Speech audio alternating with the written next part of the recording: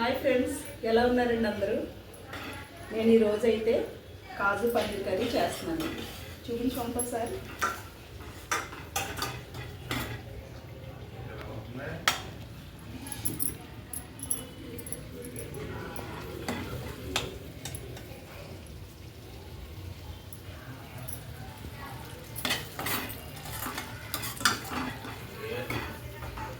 ముందుగా అయితే ఉల్లిపాయలు, టమాటా, కొంచెం జీడిపప్పు కలిపి పేస్ట్ చేసుకున్నానండి. దీంట్లో ఈ పేస్ట్ అయితే ఉల్లిపాయ, టమాటా, అల్లం వెల్లుల్లి పేస్టు, కొంచెం జీడిపప్పు కలిపి పేస్ట్ చేశానండి మొత్తం.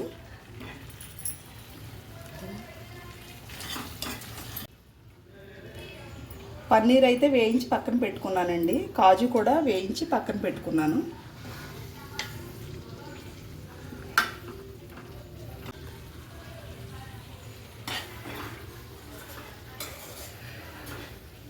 ఈ పేస్ట్ బాగా వేయించుకోవాలండి. పచ్చివాసన పోయే వరకు ఈ పేస్ట్ వేయించుకోవాలి. టమాటా, ఉల్లిపాయ, కాజు, అల్లం వెల్లుల్లి పేస్ట్ అండి. ఇది పేస్ట్ చేసుకున్నాను ముందుగా.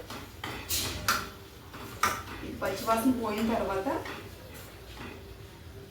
పన్నీర్ అయితే వేస్తున్నానండి.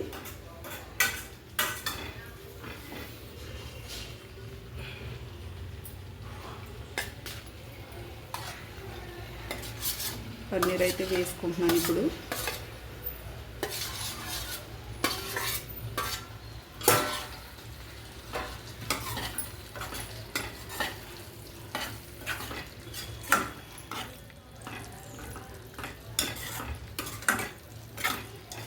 ఈ పేస్ట్ అంతా దీనికి పట్టేలాగా ఒక 5 నిమిషాలు మూత పెట్టుకుందామండి.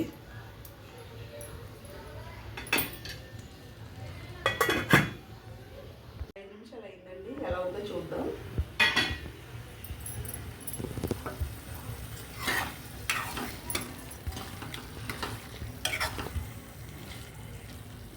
ఇప్పుడైతే దీంట్లో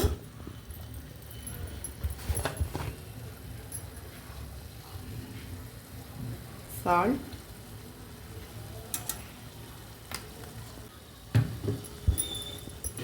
అలాగే 1 స్పూన్ కారం అండి, కొద్దిగా పసుపు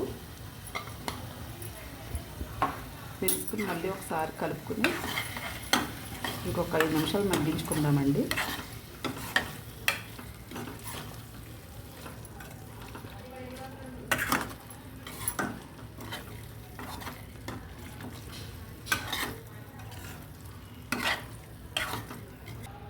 ఉప్పు, కారం, పసుపు అనేది పన్నీర్కి బాగా మసాలా అంతా పన్నీర్ పట్టేలాగా ఒక 5 నిమిషాలు మళ్ళీ మగ్గించుకుందాము.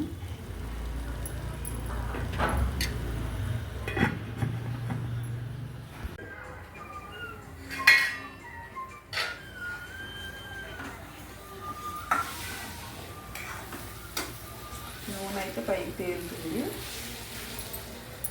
పైకి వస్తుందండి ఇప్పుడే నూనె అయితే. ఇప్పుడు కాజు కూడా వేసుకుందాం దీంట్లో.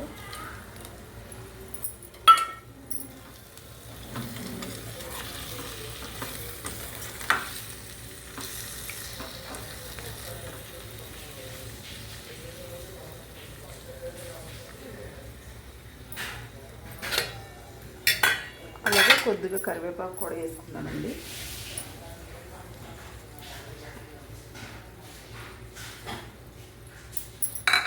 వేసుకుని ఒక 5 నిమిషాలు పెట్టుకోవచ్చు. కరివేపాకు వేసి ఇంకొక 5 నిమిషాలు మగ్గనిద్దామండి.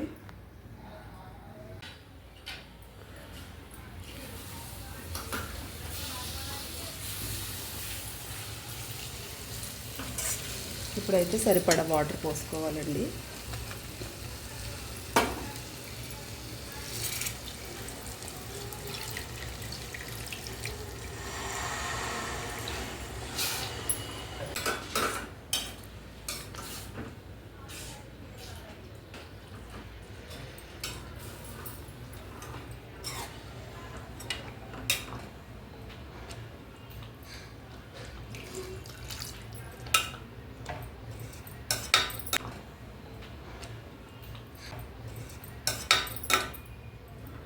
ఆయిల్ పైకి తేలే వరకు ఉడికించుకోవాలండి. అయితే కొంచెం మసాలా కూడా వేస్తున్నాను.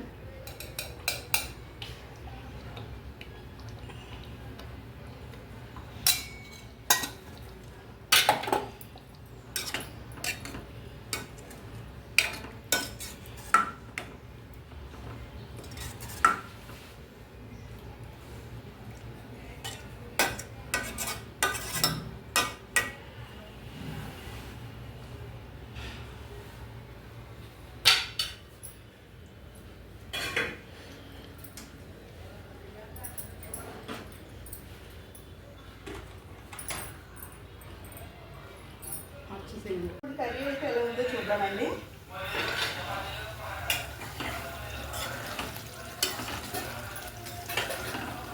చూసారు కదా, ఆయిల్ పైకి తీస్తూ కర్రీ అయితే కంప్లీట్ అయిందండి.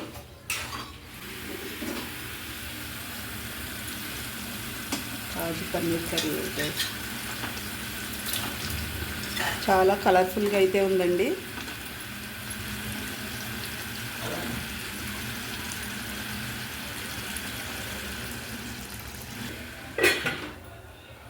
ఓకే,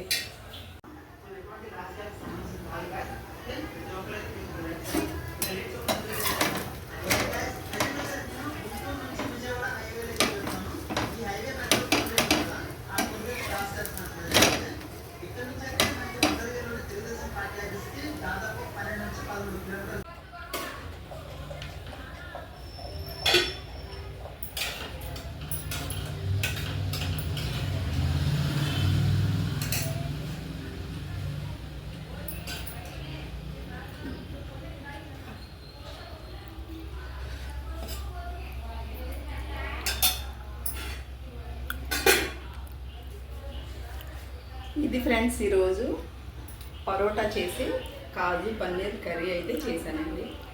టేస్ట్ ఎలా ఉందో చూసి చెప్తాను.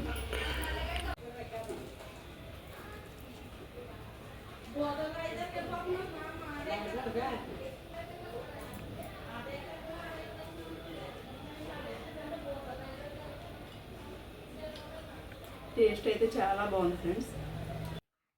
పరోటాలకు అయితే కాజు పన్నీర్ కర్రీ అయితే చాలా టేస్ట్గా ఉంది ఫ్రెండ్స్. మీరు కూడా ఒకసారి అయితే ట్రై చేయండి. టేస్ట్ అయితే చాలా బాగుంది. ఇది ఫ్రెండ్స్ ఈరోజు వీడియో అయితే. నా ఛానల్ అయితే సబ్స్క్రైబ్ చేయండి, లైక్ చేయండి, షేర్ చేయండి, కామెంట్ చేయండి. Thank you all.